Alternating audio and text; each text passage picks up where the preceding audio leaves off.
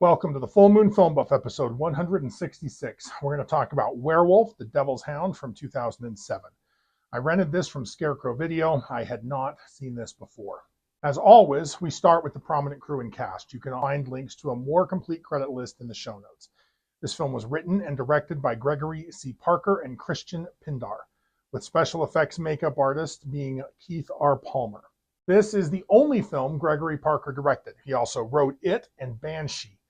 Additionally, he was the cinematographer on it, as well as Zen Man and Blood Descendants. Christian Pindar co-wrote Werewolf, The Devil's Hound, and Banshee.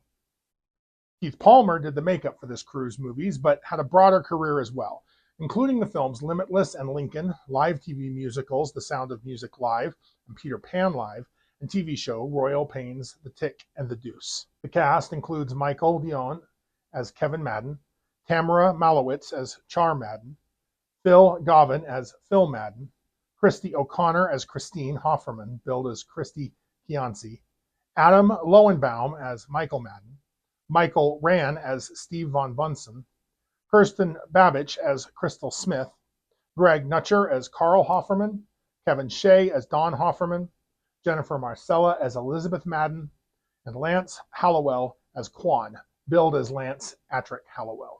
Michael Dion had a roughly decade-long acting career. He's known for Crippled Creek, Whirly Girl, and Demon. Phil Govan only acted on this production team's films, but had a longer career on the special effects and stunt crews. He is known for What Just Happened, The Sisterhood of the Traveling Pants 2, and Old Dogs, as well as an ongoing string of Christmas TV movies. Greg Nutcher carved out a unique dual career path, bridging law enforcement and entertainment. After 20 years of active law enforcement experience, he retired from full-time police work and pursued his passion for acting. He gained recognition for his role in Steven Spielberg's acclaimed film Bridge of Spies and has since appeared in notable productions including High Heat, Dark Hall, and Remains. He continues to work part-time with law enforcement, a flexible arrangement that allows him to pursue acting opportunities while maintaining his law enforcement credentials. This sets him apart in an industry where few actors possess such real-world law experience. Beyond acting, Nutcher expanded his creative work to include writing and story development. His successful transition from independent film work to prominent Hollywood productions represents a remarkable journey from small-town police detective to recognized character actor. Christy O'Connor started on this team's films, but has made a recent return to the entertainment industry as a credited writer on Christmas TV movies. Michael Rann had a short 5-year acting career in low-budget horror, including this team's films, as well as Assault on the Sasquatch, Alien Opponent, and Slaughter Weekend. Kevin Shea had a roughly decade-long career as an actor and producer. Notable projects include Assault of the Sasquatch, Kids Go to the Woods, Kids Get Dead, The Murder Pact, and Twisted Sisters. Tamara Malowitz, Adam Lowenbaum worked on this team with their films. Kirsten Babich only did this film in The American Poop Movie. Lance Hallowell only did this film in Mule Skinner Blues, and this is Jennifer Marcella's only film. I want to recommend this film to viewers who enjoy B-grade horror and aren't seeking high production values, but I just can't.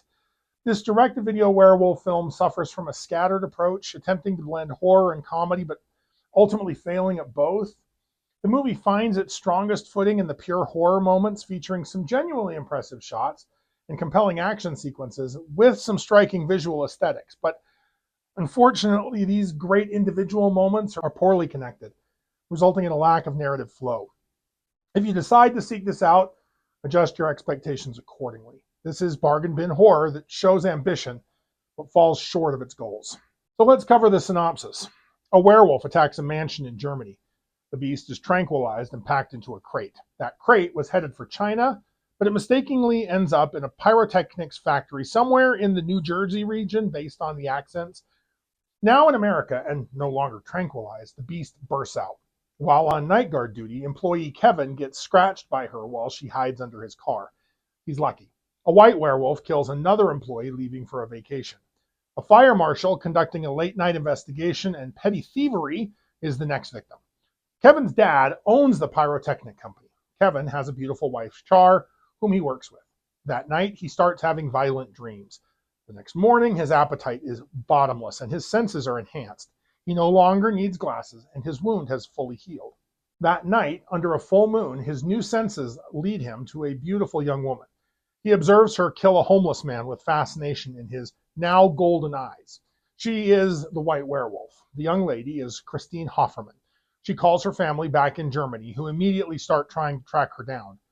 And why did they send her away? Anyway, Christine has set her sights on Kevin, who partially transforms for the first time before heading out to a party with Char and his brother at a club. The lights and music overwhelm Kevin. Christine seduces Kevin at the club. Char sees this and justly loses her temper. She kicks Kevin out of the car, so he goes to sleep at the office. Christine lures two assholes from the club to an alley near the office and kills them.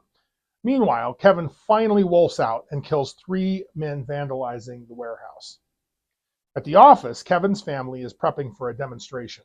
Char decides to give Kevin another chance. They all end up trapped by Christine. They hold her off with fireworks and an animatronic robot. Her eccentric German family shows up to save the day. It gets completely ridiculous at this point. Her uncle Quan lays down the werewolf lore. Christine wants to breed with Kevin to form a new pack. She needs to kill Char for that to happen. Uncle Quan says he can save Kevin if they can get to him in time. Kevin's mom, who works at an animal hospital, calls. Kevin shows up, kills a couple people, and faces Uncle Quan in his werewolf armor. Christine knocks out Quan. Char gets through to Kevin. He fights Christine. Mom shows up with some Deus Ex Machina anti-werewolf proton cannon stuff and blows Christine sky high, literally. Turns out Mom's animal hospital job is just a cover. She's a werewolf hunter for a Men in Black kind of operation. She injects Kevin with werewolf antidote. Then aliens abduct Dad. Seriously, that's how the movie ends. We really don't see a transformation sequence in Werewolf the Devil's Hound. We do get a glimpse of Kevin partially transforming in the shower, but all other transformations happen off camera. The film relies on practical makeup effects, typical of low-budget horror films from this era. Working within obvious budget constraints, the filmmakers used traditional werewolf prosthetics and makeup rather than CGI to create 2 distinct werewolf looks. Kevin maintains his humanity even when he's most wolf-like. He never becomes unrecognizable. I found it a pretty cool look. Long sideburns, disheveled hair, and abnormal amounts of body hair that was inhumanly thick. Claws and fangs completed the transformation. Honestly, he looked a bit like someone in a Wolverine costume. Christine, on the other hand, represents the more traditional monster movie approach, emphasizing her role as the predatory antagonist. Her head was fully replaced with a wolf's head, and she was covered in long white fur. You couldn't tell that she was female in her lycanthropic form, and I suspect that was intentional so that they could use a stuntman in those parts. I wondered if the filmmakers intended these 2 different forms to show that Christine had been a werewolf much longer, and that eventually Kevin's transformation would become more similar to hers. This difference is how Quan knew Kevin could still be cured, I think. Now let's talk werewolf lore. Werewolf the Devil's Hound takes liberties with traditional werewolf mythology. Kevin's transformation follows the classic werewolf curse, that's true, transmitted through a bite or a scratch, but the film leaves us guessing about Christine's true intentions. Did she choose Kevin as her mate and deliberately scratch him to infect him? Or was she trying to kill him like the other people she killed that night, and he got lucky by escaping, only to become her sexual prize afterward? The movie never tells us. The connection between werewolves and the full moon is not explicit, though we do see full moons in the sky throughout the film, so we can't rule it out entirely. Christine embodies the predatory female werewolf archetype perfectly. She's building her pack through a combination of seduction and violence. What's interesting is how the film connects lycanthropy to our basest desires. Kevin's attraction to Christine becomes the gateway to his transformation. We see this when he actually enjoys watching her kill a homeless man, and later when he finally gives in to the most permanent solution for dealing with the vandals who've been bothering the family business. Now, here's where things get odd. I don't recall any mention of silver as an effective weapon against the werewolves. Instead, they first use tranquilizers on Christine, and then they resort to some kind of beam weapon.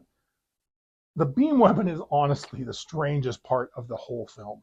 I do want to take a second to talk about strobe lights in film history. Among the many technical tools available to filmmakers, few create as visceral an impact as strobe lighting. Now, this simple but powerful technique, rapidly alternating between light and darkness, evolved from a novelty effect into a pretty sophisticated storytelling device capable of heightening tension, disorienting audiences, and creating unforgettable cinematic moments.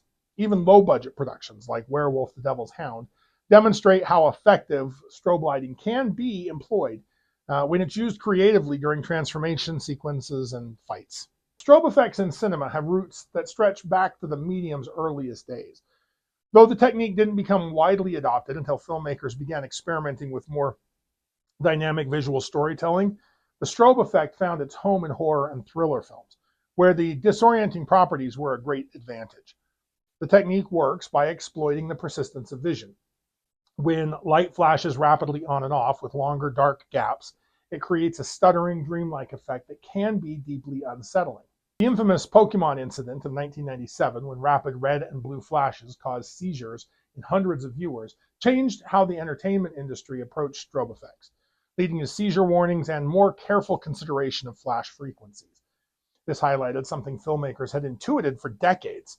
Strobe lighting has genuine neurological effects beyond just a simple visual impact. It creates discomfort, disorientation, and heightened stress responses that, when used responsibly, are powerful tools for creating specific emotional states in the audience. Horror cinema made perhaps the most extensive and creative use of strobe lighting throughout film history. The technique serves multiple purposes in horror movies, suggesting supernatural activity, masking limitations of monster makeup and effects, creating disorienting action sequences, and general unease that bypass rational thought. Classic films like The Exorcist used strobe lighting sparingly during possession scenes, while the 80s slasher Boom discovered that strobing could make simple chase scenes feel more frantic and dangerous. Modern horror has pushed the technique even further, with films like The Descent using strobe effects for claustrophobic panic, and Annihilation employing them to suggest that reality itself is breaking down. Now, action cinema has found equally compelling applications. Strobe effects make fight scenes feel more chaotic and impactful, while helping conceal choreographic limitations. Films like Blade use strobe lighting in nightclub scenes for barely controlled chaos, while the Matrix trilogy employed rapid flashing to suggest the digital nature of the simulated world. More recently, John Wick used strobe effects with neon lighting to create hyper-stylized visual language, making violence feel almost balletic. For low-budget filmmakers, strobe lighting's advantages make it particularly appealing. The technique requires only basic lighting equipment, but can create effects that do rival more expensive visual techniques. Werewolf, the Devil's Hound, exemplifies this approach, using strobe effects during transformation scenes to create visual interest while masking prosthetic makeup limitations. The rapid flashing allows glimpses of werewolf transformation without fully revealing effects that probably don't hold up under sustained scrutiny. Now, the transition to digital cinematography opened the possibilities for strobe's effects that were difficult to achieve before. Digital cameras and editing systems allow precise control over the flash timing and intensity, enabling perfect synchronization with music, sound effects, or narrative beats. Modern films can combine strobe lighting with digital effects in ways that were previously impossible, leading to increasingly sophisticated applications across genres. Digital technology also made it easier to add seizure warnings and provide alternative versions for viewers with photosensitive conditions. As cinema continues to evolve, strobe lighting remains a vital tool in the filmmaker's arsenal. Virtual and augmented reality experiences are finding new uses for strobing effects, while advances in LED technology offer unprecedented control over flash patterns and intensities. From its beginnings as a simple shock effect to its current status as a sophisticated cinematic tool, strobe lighting has proven remarkably adaptive, whether masking budget limitations in independent horror films or creating cutting-edge visual experiences in big-budget productions. The power of rapidly flashing lights to affect audiences remains as potent today as it was in cinema's earliest days. Now, let's talk about how to fail at horror comedy. Horror comedy is one of the most challenging subgenres to execute successfully, requiring filmmakers to balance two contradictory emotional responses while maintaining narrative coherence. When it's done right, films like An American Werewolf in London or What We Do in the Shadows create experiences that enhance both the scares and the laughs. Werewolf, the Devil's Hound, serves as an unintentional class in how not to approach horror comedy, offering lessons for understanding why this genre combination so often falls flat. Horror comedy demands absolute clarity about its tone and intentions. The filmmakers must establish clear rules about when the film is scary versus when it's funny, and those rules must remain consistent throughout. Werewolf, the Devil's Hound, fails spectacularly in this regard, seemingly unsure whether it wants to be taken seriously as a horror film or embraced as camp. The film treats Kevin's marital crisis and transformation with seriousness, building genuine themes around temptation and infidelity. Yet, these serious moments exist along elements so absurd, like the mysterious beam weapon used against Christine, that they feel like they belong in entirely different movies. This tonal whiplash leaves audiences confused about how they're supposed to respond, effectively neutering both the horror and comedy elements. Uncle Quan represents the film's failure to understand character comedy entirely. With an exaggerated accent, peculiar costume choices, and dialogue that sounds like it was written by someone who learned about the wise mentor archetype from bad movies, Quan embodies everything wrong with the film's approach to humor. The character feels like an attempt at intentional comic relief, but he's built on such cliches that any potential humor is immediately undercut by discomfort. His accent comes and goes depending on the scene, while his generic mystical elder costume emphasizes how little thought went into making this character belong in the same world as Kevin's real family drama. Rather than earn laughs through clever dialogue or character insight, he relies on caricature and mystical nonsense, creating unintentional comedy where audiences laugh not because the character is amusing, but because his inclusion is so baffling. The beam weapon that Mom eventually produces represents the perfect convergence of the film's various failures. This device appears out of nowhere in the climax, with no explanation for its origins, mechanics, or why anyone thought a science fiction ray gun belonged in a werewolf movie. Successful horror comedies earn their laughs through clever subversion of genre expectations or through characters who react to horrific situations in unexpectedly funny ways. They don't generate confused laughter by introducing inexplicable elements that make audiences wonder if the filmmakers ran out of conventional solutions to their plot problems. Another crucial failure lies in the character development and timing. In effective horror comedy, characters often become funny through their reactions to horrific circumstances. Think of the deadpan responses in Shaun of the Dead, or the bureaucratic concerns in What We Do in the Shadows. These characters have agency and personality that create genuine comedic moments while still allowing for legitimate scares. Werewolf the Devil's Hound offers characters who drift through their own story without clear motivations or consistent personality traits. Kevin's transformation happens to him rather than through his choices, and his reactions feel more like plot necessities than natural character responses. Without strong character work, neither the horror nor the comedy can land effectively. The ultimate failure of Werewolf the Devil's Hound as a horror comedy is that it succeeds at neither horror nor comedy.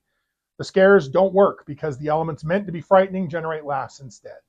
But the laughs aren't satisfying because they come from filmmaking failures rather than clever writing or performance. This creates a viewing experience where audiences might find entertainment value in the film's shortcomings, but that entertainment comes at the expense of genuine emotional engagement. It's the difference between laughing with the characters and laughing at the movie. One creates a connection and the other creates distance.